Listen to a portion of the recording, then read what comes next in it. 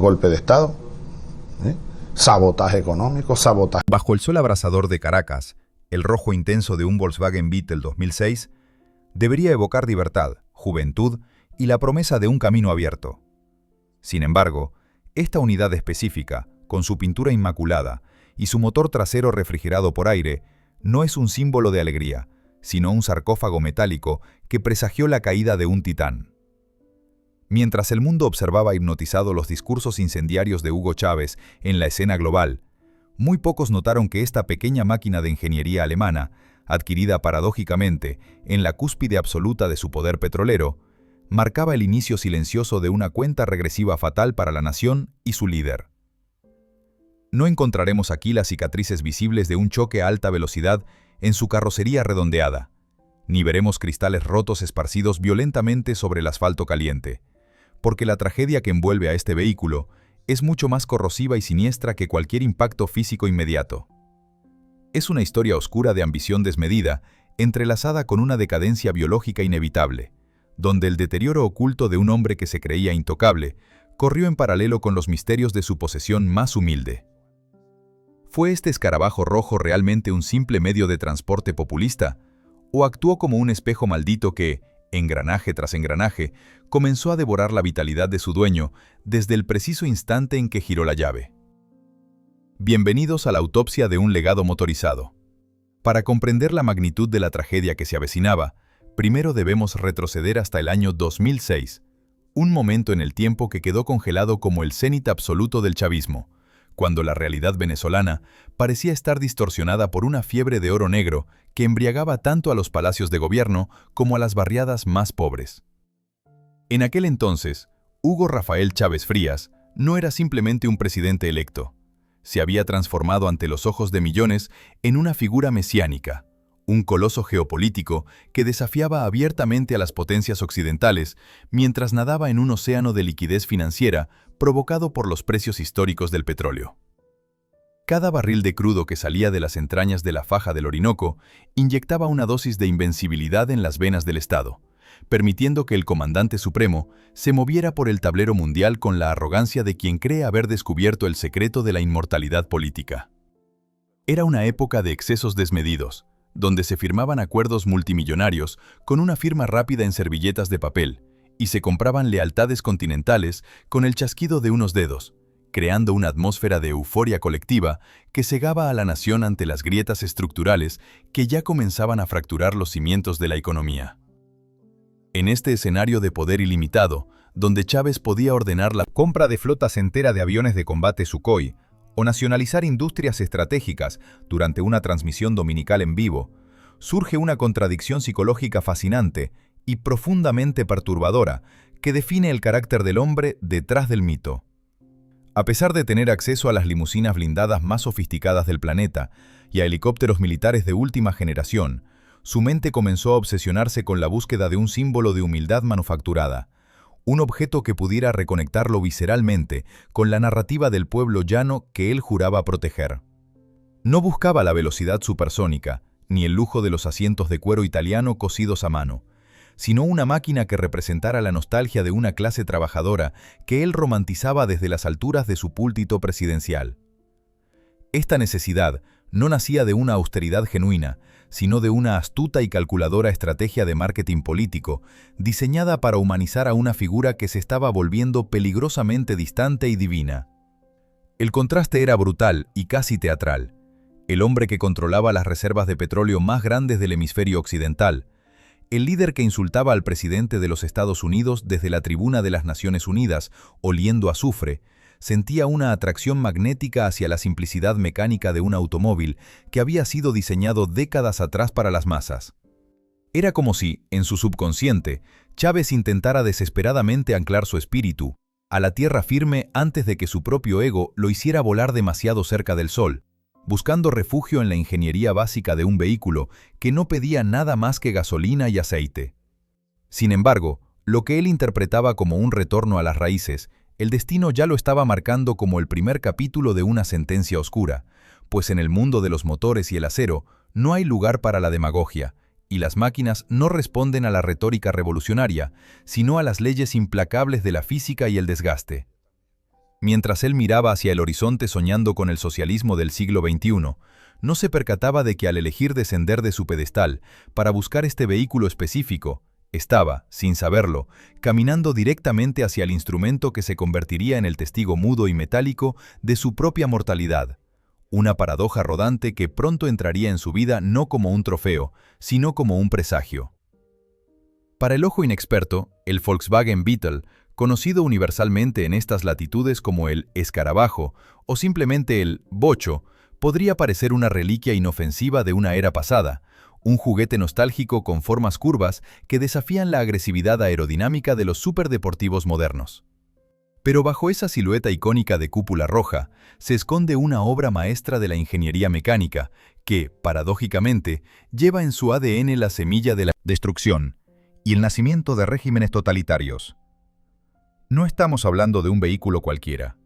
Estamos ante la encarnación de la simplicidad llevada al extremo. Una máquina impulsada por un motor boxer de 4 cilindros opuestos, refrigerado por aire, que rechaza la complejidad del agua y los radiadores para depender enteramente de la respiración del entorno y del aceite que circula por sus venas metálicas como si fuera sangre vital.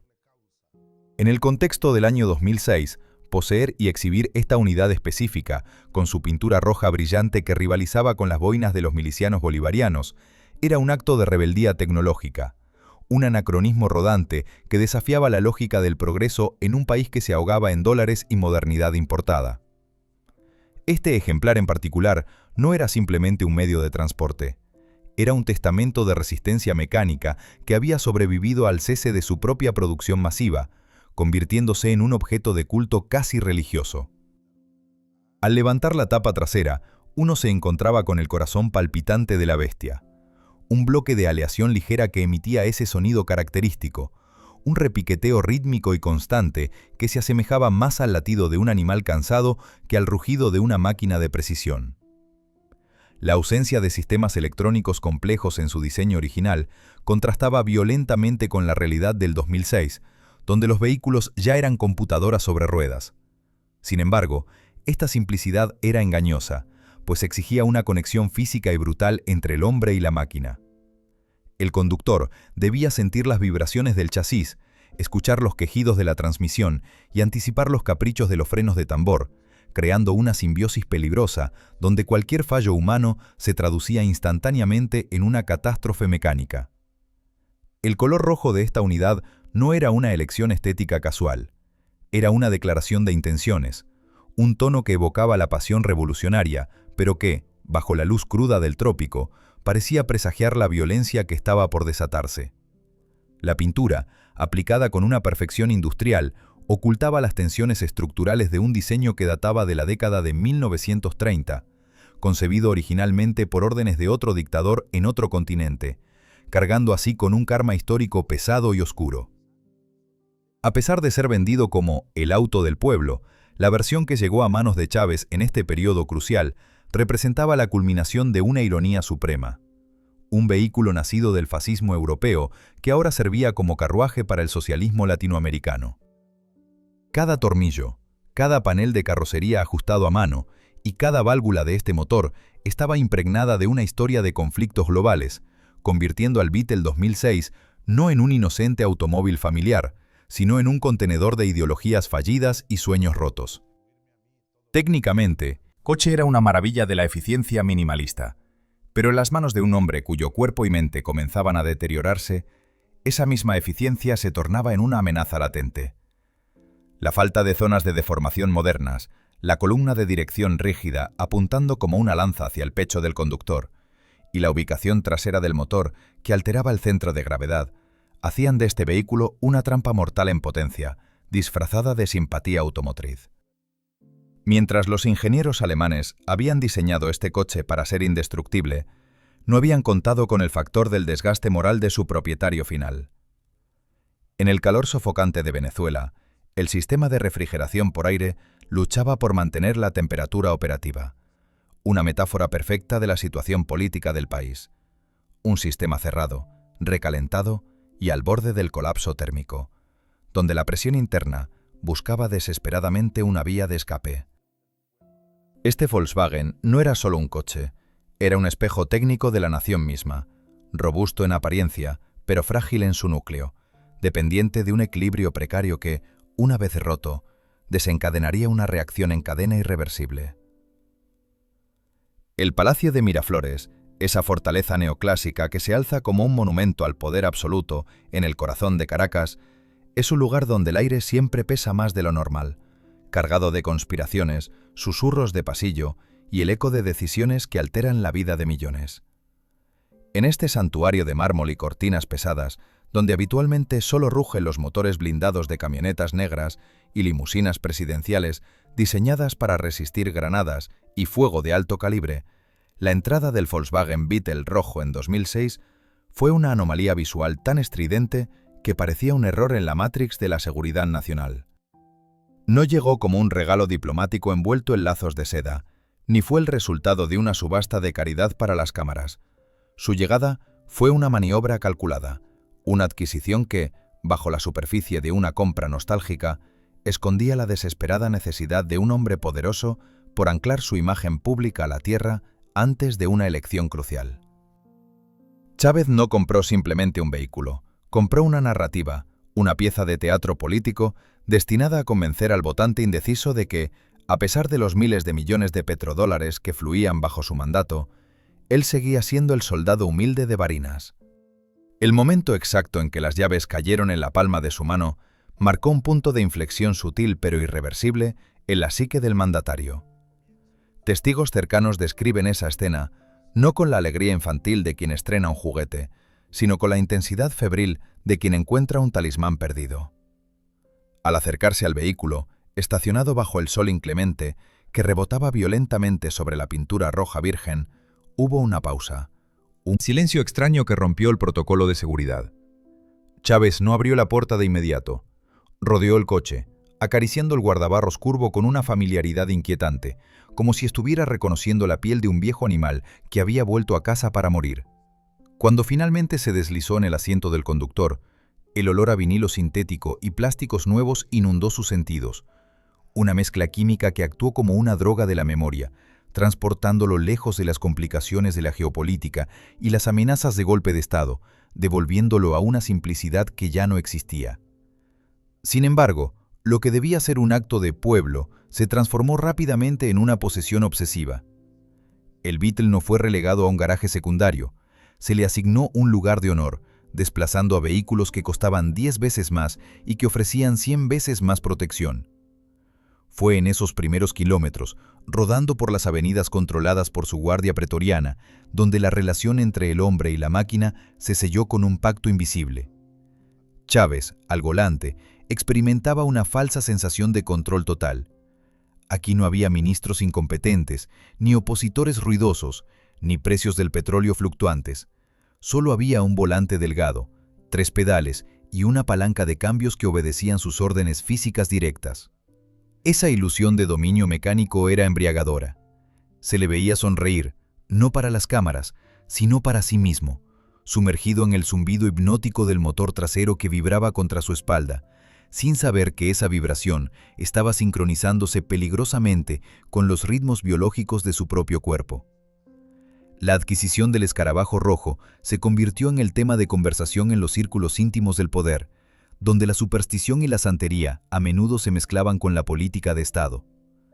Los guardaespaldas y choferes veteranos miraban el coche con recelo. Para ellos, acostumbrados al blindaje nivel 5 y a los cristales de policarbonato, ese pequeño huevo de metal era una tumba con ruedas, una vulnerabilidad expuesta que invitaba a la desgracia. Pero nadie se atrevía a contradecir al comandante. Él lo llamaba «mi tanque», una broma macabra que resonaría con ironía años después. La forma en que se apropió del espacio dentro de la cabina, ajustando el espejo retrovisor para mirar sus propios ojos cansados, sugería que buscaba respuestas en el reflejo que el país ya no podía darle.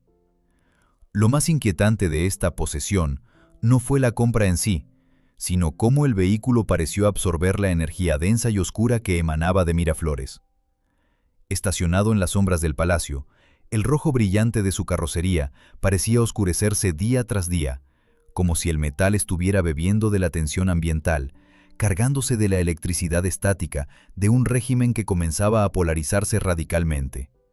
No era solo un coche aparcado, era un receptor pasivo de secretos de Estado, un confesionario móvil donde Chávez, en momentos de soledad al volante, quizás murmuraba sus miedos más profundos, que no podía compartir con nadie más. Así, el Volkswagen dejó de ser un objeto inanimado para convertirse en una extensión del ego presidencial, un avatar mecánico que al entrar en los predios del poder absoluto, firmó su sentencia de muerte, y quizás la de su dueño. La simbiosis estaba completa. El hombre había poseído la máquina, pero la máquina, con su historia maldita y su ingeniería fría, comenzaba silenciosamente a poseer al hombre. Las máquinas, a diferencia de los aduladores políticos que poblaban los pasillos de Miraflores, no saben mentir. Su lenguaje es binario, compuesto de ruidos, temperaturas y vibraciones que dicen la verdad cruda sobre su estado interno. Y fue precisamente a mediados de ese año fatídico, cuando el Volkswagen Beetle rojo, hasta entonces una joya de la corona populista, comenzó a articular un dialecto de fallas mecánicas que los supersticiosos del entorno presidencial no tardaron en calificar de mal agüero. No se trataba de averías catastróficas inmediatas que dejaran el vehículo inerte en el arcén, sino de algo mucho más inquietante. Una serie de microinfartos técnicos que desafiaban la lógica de un coche con apenas kilómetros en el odómetro. El motor Boxer de 1.6 litros, famoso mundialmente por su robustez casi militar, empezó a desarrollar una arritmia sutil, un vacile en el ralentí que hacía temblar la aguja del tacómetro, como si el coche tuviera escalofríos bajo el sol del trópico. Para los mecánicos de la Guardia de Honor, hombres entrenados para mantener tanques y aviones, aquel pequeño escarabajo se convirtió en una pesadilla de diagnóstico. Conectaban los escáneres al puerto OBD2, buscando códigos de error en la computadora central, pero la electrónica devolvía siempre el mismo mensaje burlón: sistema OK. Sin embargo, el coche tosía, se ahogaba y emanaba un calor que no correspondía a la física de su funcionamiento normal. Este sobrecalentamiento crónico del vehículo se transformó en la metáfora más potente y terrible de lo que estaba ocurriendo en el cuerpo biológico de su dueño. Mientras Chávez conducía por las rampas de Fuerte Tiuna, el indicador de temperatura del aceite del Beetle comenzaba a trepar peligrosamente hacia la zona roja, una fiebre mecánica que ningún radiador de aceite auxiliar lograba disipar. Era como si el metal mismo estuviera rechazando la simbiosis con el conductor, o peor aún, como si estuviera absorbiendo y reflejando la enfermedad silenciosa que ya estaba echando raíces en la zona pélvica del presidente. Los chóferes notaban un olor persistente dentro de la cabina, una mezcla acre de lubricante quemado y ozono eléctrico que impregnaba la tapicería. Decían, en susurros temerosos, que el coche olía a enfermedad. Un viejo mecánico de confianza, que había servido desde los tiempos de la Cuarta República, se atrevió a sugerir que el coche tenía una falla de alma, una grieta en el bloque motor, invisible a los rayos X, por donde se escapaba la vitalidad de la máquina, una descripción que heló la sangre de los pocos que conocían los primeros informes médicos secretos sobre la salud del comandante. Las advertencias se multiplicaron. Una tarde, durante una inspección rutinaria, se descubrió una mancha oscura bajo el chasis inmaculado, un charco de fluido viscoso que parecía sangre coagulada sobre el concreto del garaje presidencial. No era una fuga de transmisión común. El origen era indetectable, como si el vehículo sangrara por los poros de su fundición. Al mismo tiempo, el sistema eléctrico comenzó a comportarse como un poltergeist. Las luces del tablero parpadeaban sin razón y la radio se encendía sola, emitiendo estática blanca en frecuencias mortas. Estos incidentes, que en cualquier otro contexto serían simples molestias de garantía, adquirieron una dimensión profética. El entorno de Chávez, profundamente inmerso en el sincretismo religioso y la santería, empezó a ver al Beetle rojo no como un transporte, sino como un recipiente saturado de energía negativa. Hubo consejos discretos para que se deshiciera del auto, para que lo enviara a un desguace o lo donara lejos, muy lejos del círculo de poder. «Ese carro trae la muerte en el asiento de atrás», se escuchó decir a una de las cocineras del palacio al verlo pasar. Pero la señal más aterradora ocurrió durante un trayecto nocturno, lejos de las cámaras. Según relatos filtrados años después por ex-escoltas exiliados, Chávez iba al volante cuando el sistema de dirección asistida se bloqueó momentáneamente. rigidez que obligó al presidente a luchar físicamente contra el volante para no salirse de la vía. Fue una lucha de segundos, hombre contra cero, fuerza de voluntad contra inercia. Al recuperar el control, el presidente quedó jadeante, sudando frío, con las manos temblando sobre el cuero del volante. El coche no se había averiado por completo, simplemente le había recordado su fragilidad. Le había dado un aviso cinético de que el control absoluto es una ilusión. En ese instante de pánico silencioso, dentro de la cabina cerrada, el zumbido del motor trasero cambió de tono, volviéndose un gemido grave y constante. Fue el momento en que la máquina dejó de ser un servidor leal y se reveló como un verdugo paciente. La enfermedad del metal y la enfermedad del hombre habían entrado en resonancia, vibrando en una frecuencia destructiva que ya no se detendría hasta que ambos sistemas, el mecánico y el biológico, colapsaran definitivamente. El presagio estaba escrito en el tablero iluminado de rojo. La cuenta regresiva había comenzado, y no había mecánico ni médico en el mundo capaz de detenerla.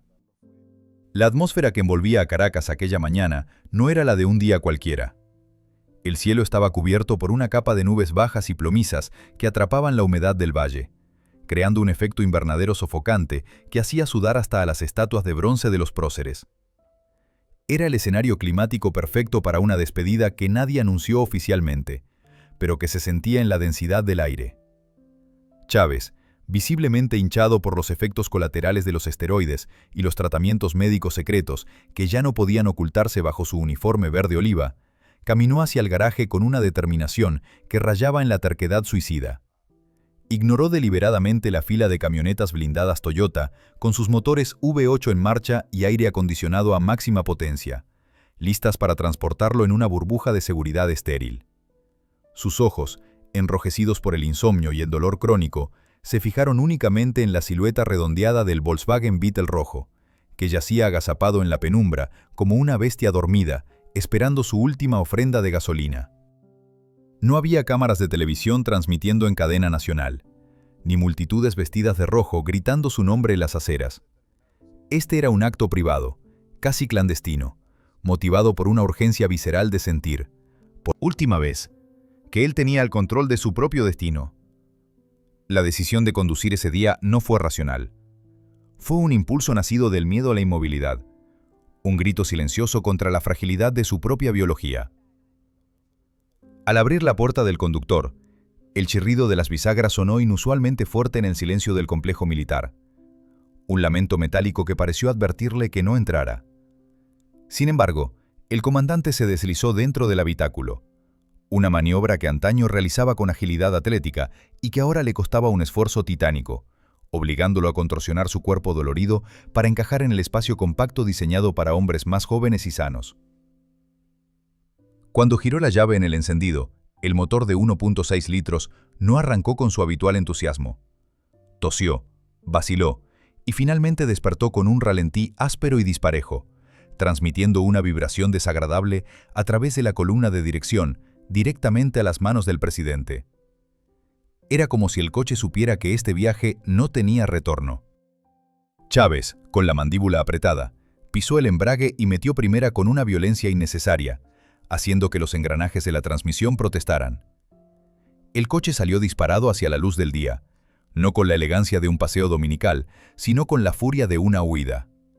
Conducía rápido, demasiado rápido para las condiciones de la vía interna y para los reflejos mermados de un hombre enfermo, buscando en la aceleración una dosis de adrenalina que silenciara, aunque fuera por unos minutos, el zumbido de la muerte que resonaba en sus oídos.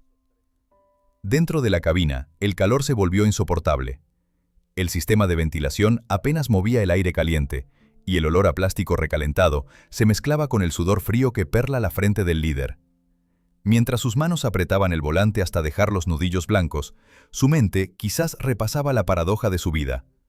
Tener todo el poder de una nación y, sin embargo, estar atrapado en una cápsula de metal barata, huyendo de una verdad biológica que ninguna ley habilitante podía derogar.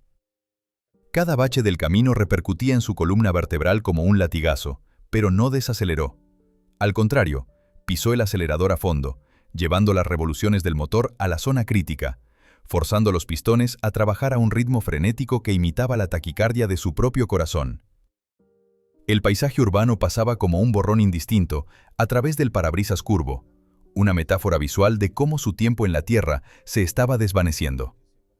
El final de este trayecto no estuvo marcado por una bandera a cuadros, sino por el agotamiento puro. Al detener el vehículo de regreso en el punto de partida, el silencio que siguió al apagado del motor fue ensordecedor. El ventilador del motor seguía zumbando, intentando enfriar el bloque térmico que crepitaba por la contracción del metal. Sonidos que se asemejaban a los de un animal moribundo, exhalando su último aliento. Chávez permaneció sentado unos minutos, con las manos aún aferradas al volante, respirando con dificultad, consciente de que esa había sido su última danza con la máquina. Al salir del coche, no miró atrás. Cerró la puerta con un golpe seco, que resonó como el cierre de una tumba. Dejó el Volkswagen allí, vibrando todavía con el calor residual, abandonando en ese asiento de tela sintética los últimos vestigios de su autonomía personal.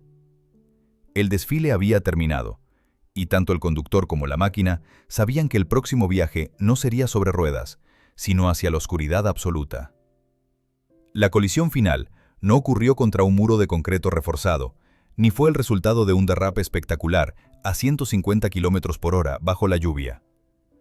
En esta historia de fatalidad entrelazada, el impacto fue un evento de violencia interna, una catástrofe que sucedió en las profundidades microscópicas, donde el metal roza contra el metal y donde la biología lucha contra la necrosis.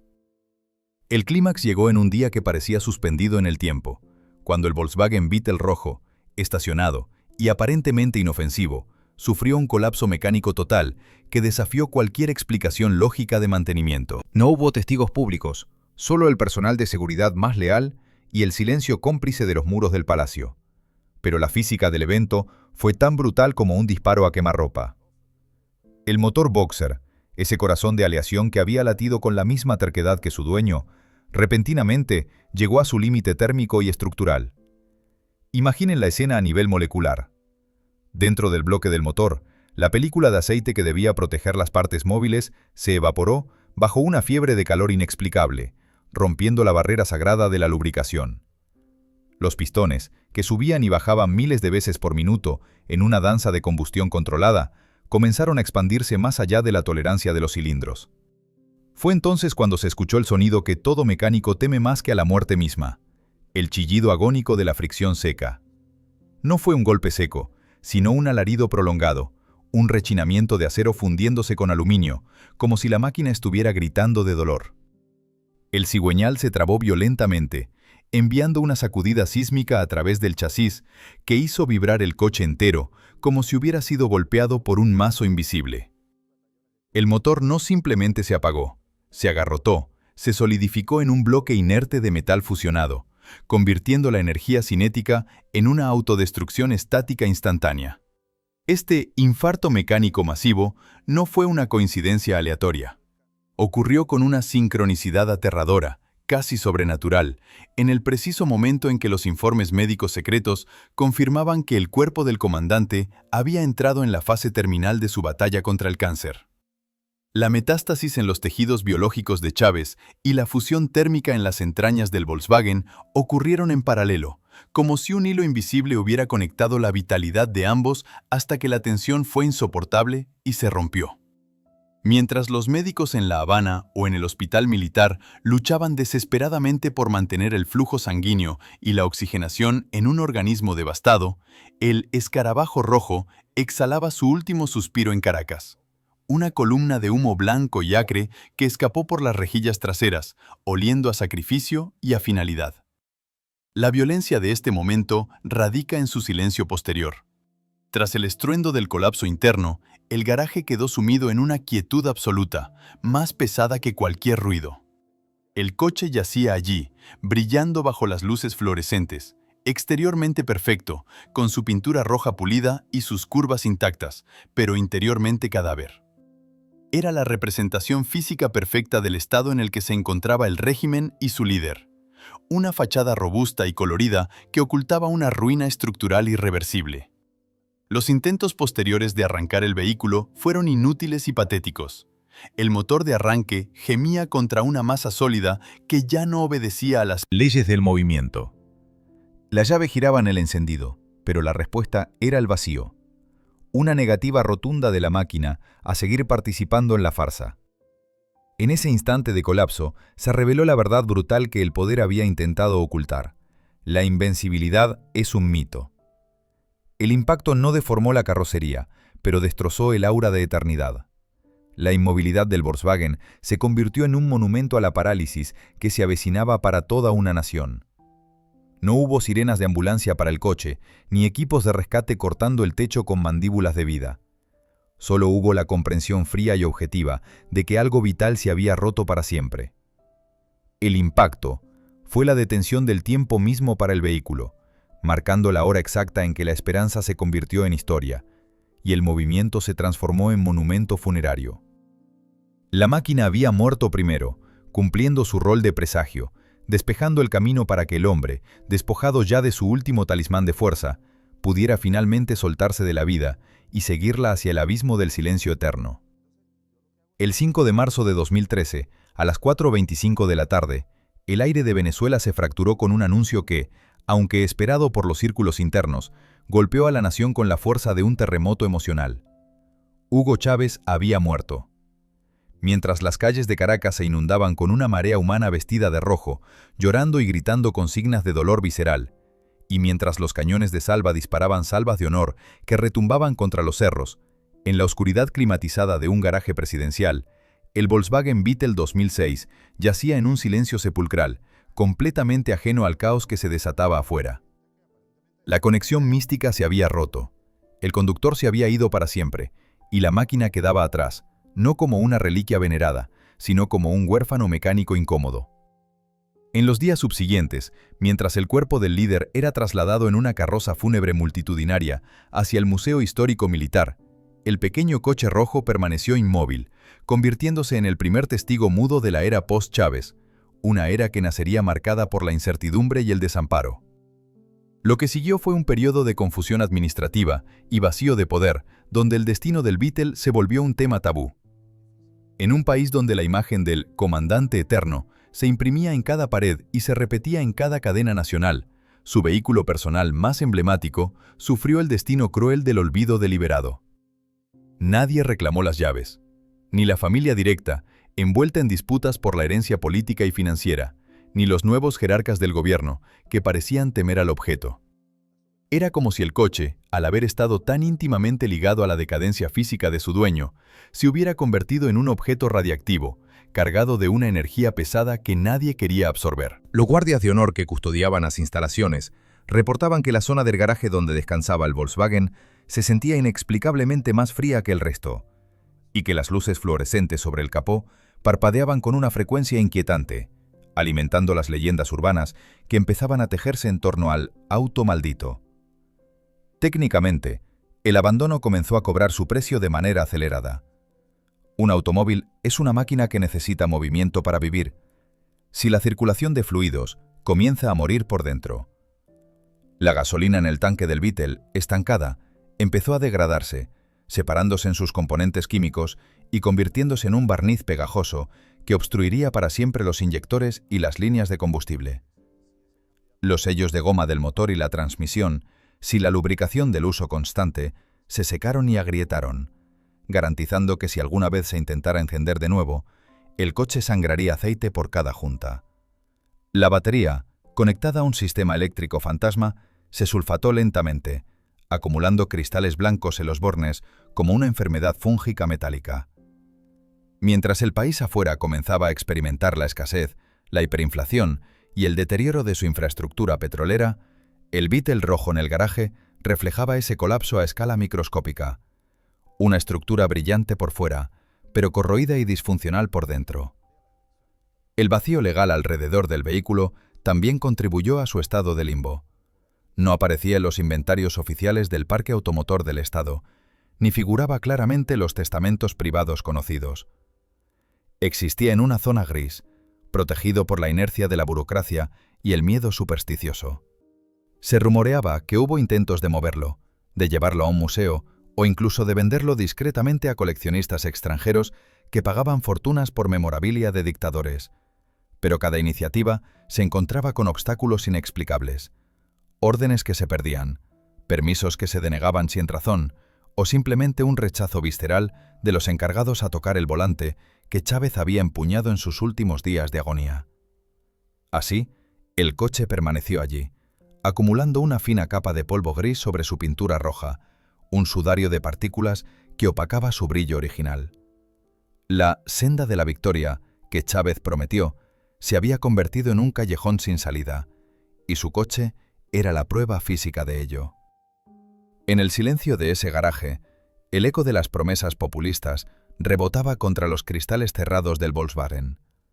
La tragedia no era solo la muerte de un hombre, sino la revelación de que todo el teatro político, toda la grandilocuencia revolucionaria, terminaba en esto: un objeto de consumo masivo, fabricado con tecnología extranjera, abandonado en la oscuridad, incapaz de arrancar, mientras el legado que supuestamente representaba comenzaba a desmoronarse bajo el peso de su propia historia. El escarabajo ya no era el coche del pueblo, era el sarcófago de una ilusión, un monumento de metal y plástico a la soledad absoluta del poder una vez que la vida se ha extinguido. Hoy, más de una década después de que su motor se silenciara para siempre, el Volkswagen Beetle rojo de 2006 no ha encontrado la paz del desguace ni la gloria del museo. En su lugar, ha quedado atrapado en una dimensión oscura de superstición y deterioro, convirtiéndose en un objeto que genera más miedo que reverencia. En los bajos fondos de Caracas, donde la información fluye a través de susurros entre mecánicos y exfuncionarios, se cuenta que la maldición del vehículo es activa y depredadora. La leyenda urbana sostiene que el coche no solo absorbió la enfermedad de su dueño, sino que desarrolló un mecanismo de defensa paranormal para proteger su propia integridad ruinosa.